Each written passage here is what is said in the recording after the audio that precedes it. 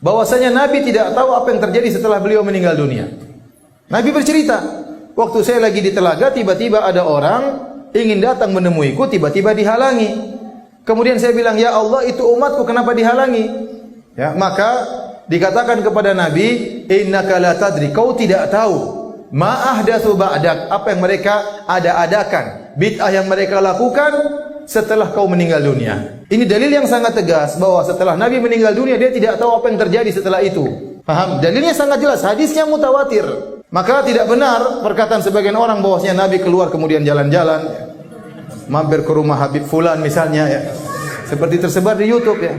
Ada orang ingin pergi ke menziarahi kuburan Nabi, tahu-tahu dihalangi oleh Fatimah. Fatimah lagi bangkit dari kuburan. Mau ke mana? Mau ke rumah bapakmu, ke kuburan bapakmu. Abi Muhufi, kata pakai bahasa Amiyah. Bapakku tidak ada. Dia lagi pergi ke Habib Fulan di Yaman. Subhanallah. Jadi kuburan Nabi lagi kosong. Nabi lagi apa? Keluar. Seandainya Nabi bisa berjalan-jalan ke sana sini, ketemu si Fulan, ngobrol dengan si Fulan, mengunjungi rumah si Fulan, wali Fulan, Habib Fulan, berarti Nabi tahu dong kondisi politik dunia. Tahu atau tidak? Kira-kira kalau ngobrol sama orang-orang tersebut, mereka cerita nggak tentang kondisi masyarakat Muslim di dunia ini? Cerita, ya Rasulullah di Suriah ada begini. Ternyata dikatakan dalam hadis ini, innaka la tadri ma ahdatsu ba'dak. Sungguhnya kau tidak tahu apa yang mereka lakukan setelah engkau meninggal dunia. Jelas. Wong Nabi saja masih hidup, Nabi tidak tahu apa yang terjadi kalau di luar jangkauannya. Buktinya apa? Buktinya waktu kalung istrinya hilang, Nabi cari-cari enggak ketemu. Tidak tahu kalungnya di mana. Enggak usah bicara tentang jauh-jauh, kalungnya di mana Nabi tidak tahu. Sampai Rasulullah SAW suruh sahabat nyari, semalam suntuk mereka cari, enggak ketemu-ketemu. Sampai tatkala sudah tiba waktu salat subuh, para sahabat gelisah, gimana mau salat? Ternyata turun ayat tayamum. Kalungnya Aisyah hilang, tidak diketahui di mana. Ternyata tidak ketemu, kata Nabi kita pergi. Ternyata kalungnya ditindih sama onta. Makanya enggak ketahuan ya.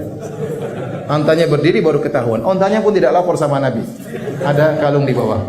Waktu Aisyah dituduh berzina dengan Sofwan bin Mu'attal As-Sulami, Nabi sudah jalan di luar, Aisyah terlambat datang, diantar oleh Sofwan masuk kota Madinah. Maka orang-orang munafik mengatakan Aisyah telah berzina dengan Sofwan bin Mu'attal As-Sulami. Nabi tahu atau tidak? Tidak tahu. Nabi tidak ngerti apa yang terjadi. Itu terjadi di zaman dia. Nabi tidak tahu. Sampai akhirnya Allah turunkan ayat sekitar 10 ayat lebih mengatakan Aisyah bebas. Nabi baru tahu. Kalau tidak Allah tidak kasih tahu, dia tidak tahu. Kemudian Nabi sekarang sudah mati, tahu kejadian seluruhnya. Apa yang terjadi di Indonesia juga tahu. Enggak benar. Enggak benar. Nah, bagaimana kemudian ada yang mengatakan Nabi sekarang tahu sana sini, Nabi ngerti, silakan beristighotsah minta tolong kepada Nabi, ya Rasulullah tolong kami. Ini enggak benar. Nabi datang hadir acara ini. Kemudian tatkala Nabi masuk, semua orang berdiri menyambut kedatangan Nabi. Yang benar saja. Nanti orang-orang ziarah di Masjid Nabawi gimana? Lagi kosong. Kayak tadi katanya kan, yang bilang tadi lagi kosong nih. Jangan ngapain ziarah, nabinya lagi tidak ada. Ini enggak benar ya, ini khurafat semuanya.